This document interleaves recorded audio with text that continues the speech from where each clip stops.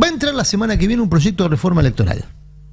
Si esa reforma electoral es aprobada en el Congreso y contiene elementos esa reforma electoral que ya tienen... Todavía igual no se terminan de poner de acuerdo cuál es la letra chica. Esa reforma electoral contiene elementos que ya tuvieron tratamiento en el Congreso, tienen media sanción y dictamen de comisión, caso boleta única. Bueno. Si sale boleta única, es una bomba neutrónica en el armado político de la provincia de Buenos Aires. Porque desacopla el sistema electoral de la provincia de Buenos Aires con el sistema electoral nacional. Que ese es el primer efecto que se busca lograr para el año que viene. Que la provincia de Buenos Aires tenga un sistema electoral y la nación tenga otro. Bomba neutrónica, ¿eh? Y es también una bomba neutrónica para la construcción de políticas. A ver, lo quiero decir de manera respetuosa. Santa Fe lo que demostró es que con la boleta única electrónica le cedió el poder a corporaciones, incluso mafiosas como los narcos. Lo digo con mucho respeto por todo el dispositivo de representación de Santa Fe. Santa Fe, con la boleta única, le entregó a las corporaciones económicas, incluidas las mafiosas, los narcos. Expliquémoslo para que no se entienda. Rara vez el que gobierna Santa Fe tiene mayoría en la legislatura. Por ejemplo. Porque como no hay una verticalidad partidaria en la elección del gobernador con los legisladores, uno no agarra una boleta y si quiere separar su elección de legislativo y ejecutivo tiene que hacer el acto físico de cortarla. Claro. Entonces facilita una mayor dispersión de la representación política. Lo planteo, incluso lo planteaste muy bien, incluso más sencillo. La fragmentación política, como lo vemos en países como Perú y demás, favorece a las corporaciones porque reparte y contiene poder para sí, no para en beneficio de las mayorías. Porque la forma que tienen las personas individuales, los ciudadanos de pie de ser representados es a través de partidos. Entonces todo aquello que debilita el sistema de partidos favorece a otras corporaciones. En Santa Fe, por ejemplo, una figura central de la política local es Amalia Granata, que tiene un sello de goma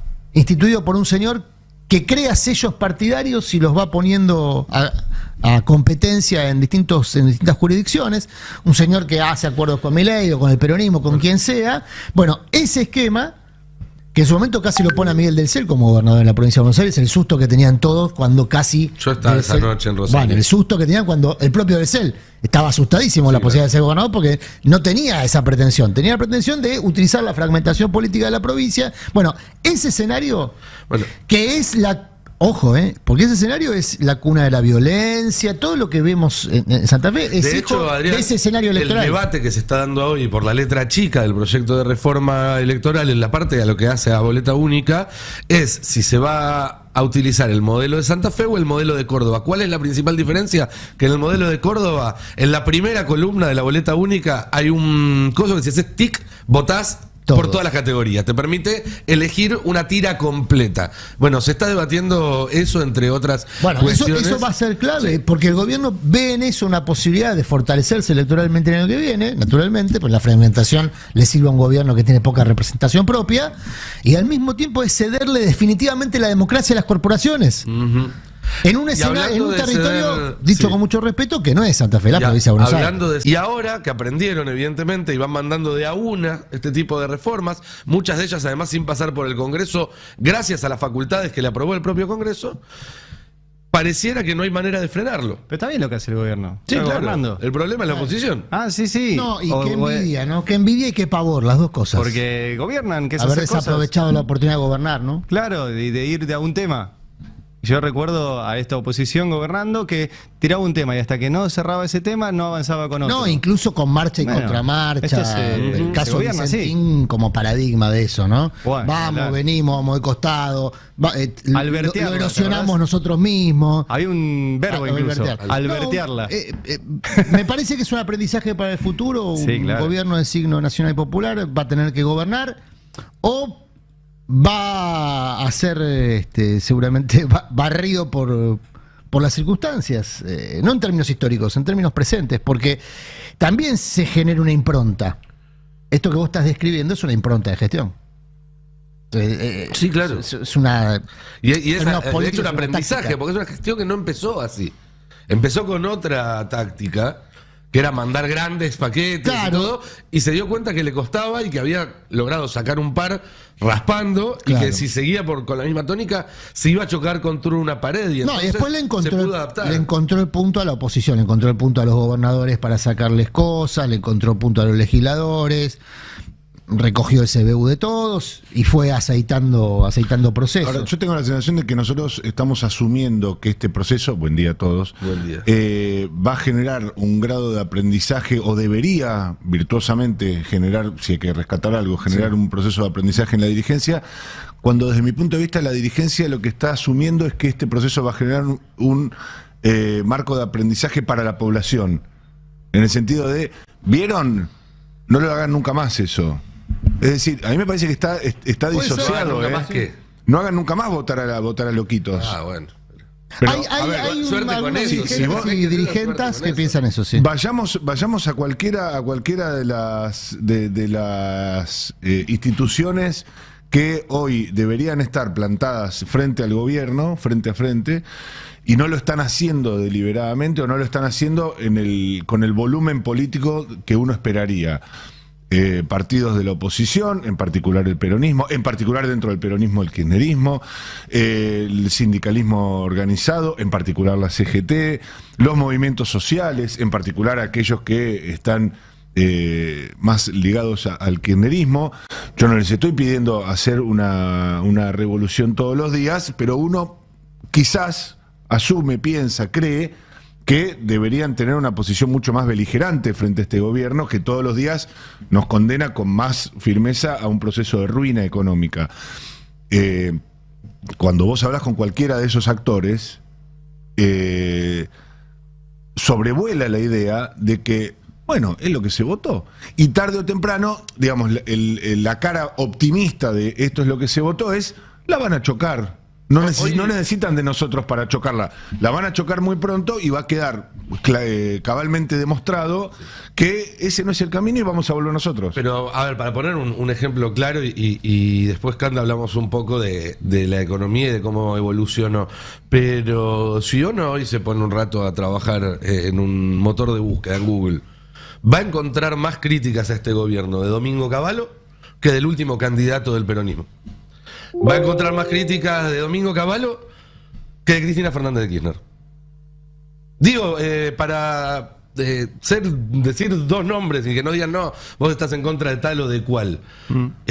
Podemos seguir así, digo, A mí me hace acordar mucho esta situación, cuando gobernaba Macri, te decían esa frase que atribuyen a Napoleón de no interrumpas a tu enemigo mientras se está equivocando. Sí. Claro, Napoleón lo decía porque si el enemigo se equivocaba caía en su trampa. Entonces después le ganaba una batalla. Le había tendido una trampa antes. Exacto. Cuando vos decís que el enemigo no lo interrumpa cuando se está equivocando, no se está equivocando. Está llevando adelante un plan de miseria planificada donde la gente se caga de hambre. Entonces tenés que interrumpirlo. No le tenés que dar tiempo. Ahora, tenés que interrumpirlo con todas las herramientas que tenés. ¿Hay herramientas? Hay. De hecho, yo vuelvo, faltó un voto en el Senado para frenar la ley de bases. Un voto, y nadie se dedicó a conseguir ese voto. No puedes darle tiempo a este gobierno. Es muy gracioso, gracioso no es trágico. En el recurso que presentó ayer el gobierno para no cumplir con el reparto de alimentos, que es una de las tragedias que venimos comentando, lo escribe Rodolfo Barra, que fue juez de la Corte con Menem, ministro de Justicia con Menem, y ahora es el jefe de los abogados del Estado con Milei.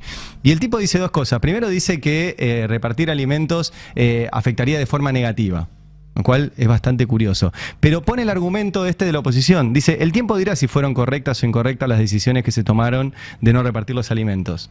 Claro, el tiempo dirá, pero si vos no le das de comer a la gente se muere. Sí. O sea, no hay tiempo. No solo Bueno, son daños colaterales, Ari. Pero lo ponen así, el tiempo dirá si fueron correctas o incorrectas las decisiones, dice el tipo. Dejaron de Pero repartir digo, comida. trasunta dentro de la dirigencia la creencia generalizada de que son daños colaterales. Va a morir gente. y esto que ustedes Ya dicen, está muriendo no va a gente, porque no sobrevivir. solo comida. Además de la comida, en los mismos depósitos hay más de 60.000 frazadas. Claro. Y hay gente muriéndose de frío todas las semanas en Argentina en esta ola Por eso política. sigue sin haber un acampe en la puerta de los depósitos.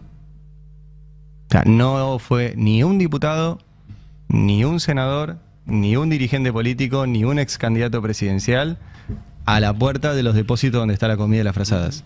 Ni uno, ¿eh? El único que fue Juan Grabois. El único. Es muy preocupante. presentaron no declaraciones de interés y repudio y bla, bla, bla.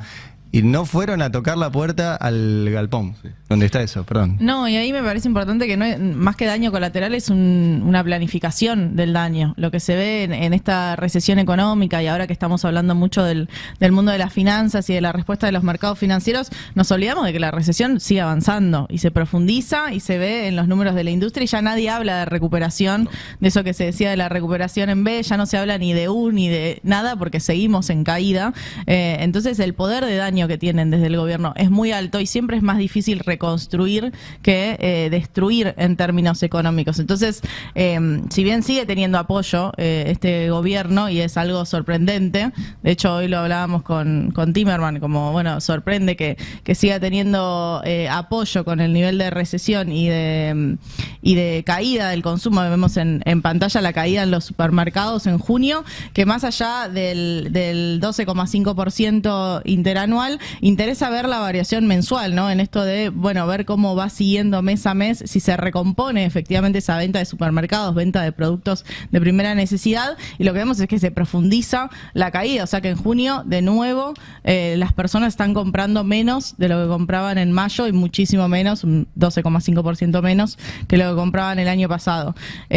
Para mí hay un punto, no quiero ser muy economista, pero hay un punto donde pareciera no haber alternativa, y ante eso de que parece no haber alternativa, se apoya lo que hay. Ahí está el punto clave. Lo hemos hablado muchas veces. La clave es que no aparece una alternativa, o por lo menos no con la nitidez y la potencia que requiere la circunstancia, ¿no? Ayer Kicillof hizo este mismo diagnóstico, por ejemplo, cuando presentó su proyecto de riego bonaerense. Se habla mucho de finanzas, pero ya nadie menciona, hay como un consenso tácito o explícito, en algunos casos era explícito, en otro tácito, de no mencionar que la crisis económica de la economía real se profundiza mes tras mes con personas que van quedando en la banquina día tras día, semana tras semana, mes tras mes. Ayer repasaba un informe de OSIPEX que hace una semana. OSIPEX es un centro de estudios económicos muy interesante porque trata de agrupar distintos datos y darles una orientación conceptual. Si vos ves los datos agrupados de desempleo, consumo, actividad económica, los ves todos juntos, ves una catástrofe, pero catástrofe en términos reales. Ves un escenario de guerra, cosas que no se dan en otras circunstancias si no hay un hecho catastrófico. Sí, son números iguales o peores a los de marzo, abril, mayo del 2020, cuando estábamos en plena pandemia, antes de la vacuna. Pandemia, guerra civil. O sea, vos ves esos niveles de caída de la actividad económica, de caída de la economía real, en situaciones de catástrofe. Pregunta política: ¿cómo es que entonces se sostiene un gobierno que ha generado? Porque aparte, si vos ves cuándo arranca el proceso, si bien vos venías de un proceso económico, si querés, de estancamiento de 1, 2, 3, 4, 10 años antes, depende cómo hagas el corte, lo que viste en diciembre fue la espiralización con la devaluación de la transferencia de ingresos y a partir de ahí un derrumbe de la actividad económica, y demás. Bueno, hay un intento de algunos dirigentes de construir una alternativa. Pero ese intento en la oposición, ¿no? Lo hemos mencionado acá varias veces. Los que no fueron al pacto de mayo o de julio, los que no fueron al pacto, ¿no? Son evidentemente los que se plantean como oposición. ¿Por qué no vamos? Porque somos opositores. Los opositores somos ¿cuántos? 5 gobernadores. Que no fueron, sí. Por eso, 5 gobernadores. Ahora, dentro del propio dispositivo, que es el peronismo, hay personas que bombardean esa estrategia, que son los otros gobernadores peronistas que sí fueron. Bombardean la estrategia de mostrar un peronismo capaz de construir una alternativa. Entonces, fíjate la serranía que tiene que superar, y no digo el desierto, digo serranía porque el desierto tiene otras características. El sube y baja que tiene por delante el peronismo para empezar a construir una alternativa. Tratar de evitar que las internas se lleven puestos dirigentes que puedan liderar la alternativa. Evitar que las internas se lleven puestos gobiernos. Porque a la vuelta de la esquina está que los ciudadanos de las provincias, de los municipios, empiecen a reclamar a los intendentes, a los gobernadores, por la carestía de la vida.